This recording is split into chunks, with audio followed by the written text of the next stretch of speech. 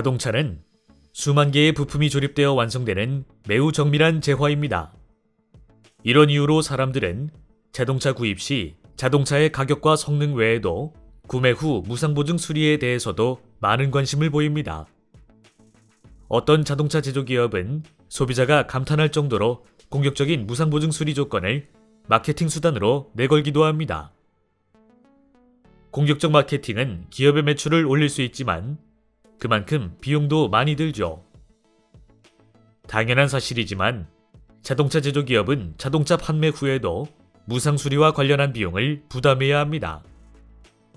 무상수리 보증 비용은 마케팅 활동의 일환이므로 판매비와 관리비로 보고합니다. 그렇다면 이 비용은 언제, 즉 몇 기의 재무제표에 반영하는 것이 옳을까요? 현금주의에 따른다면 무상수리를 할 때 비용 처리를 하게 됩니다. 하지만 발생주의에 대해 공부한 독자들이라면 이런 회계 처리는 두 가지 측면에서 옳지 못하다는 것을 알아야 하죠.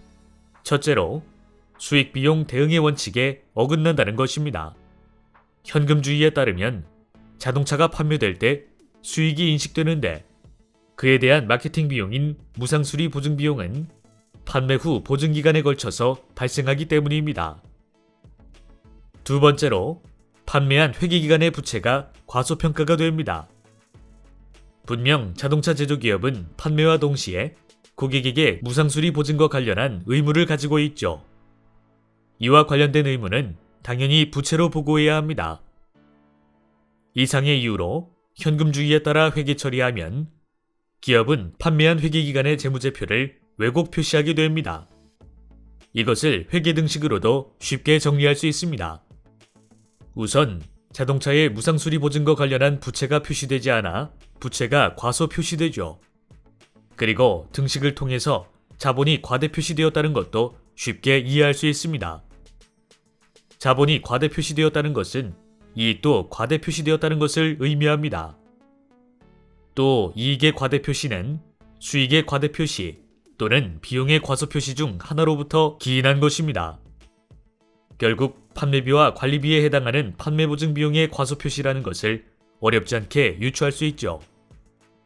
예를 들어 어떤 자동차 제조기업이 2001년 매출에 대해 5년 그리고 10만 킬로미터 보증을 약속했다고 합시다. 이로 인해 지출될 금액은 100억 원으로 추정됩니다. 이 경우 기업은 자동차를 판매한 회계기간에 다음과 같은 분기가 필요합니다. 충당부채는 차입금 같은 확정부채와는 달리 지출 시기와 금액 그리고 청구권자가 확정되어 있지는 않습니다. 그럼에도 불구하고 회계기준은 기업이 통계적 기법 등을 이용한 부채에 대한 최선의 추정치를 재무제표에 반영하도록 요구하고 있죠. 그리고 2002년의 판매보증으로 인해 실제 현금으로 20억 원이 지출되었다면 다음과 같은 회계 처리가 필요합니다.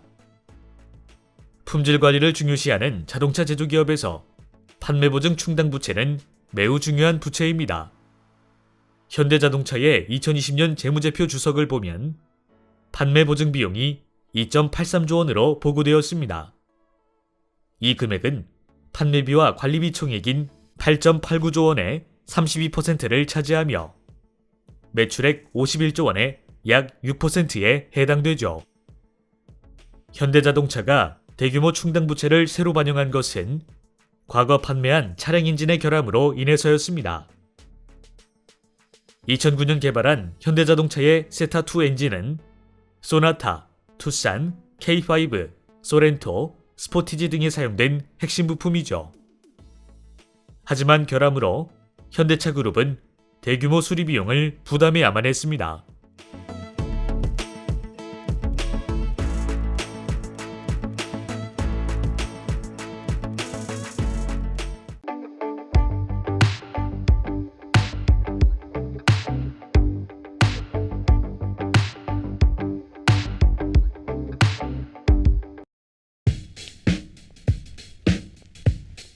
튜토리얼만으로 레벨업.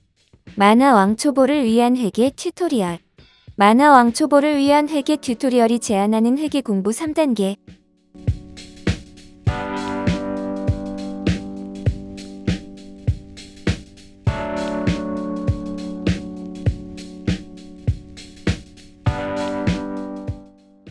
주린이도 직장인도 모두 다 회계 튜토리얼로 레벨업.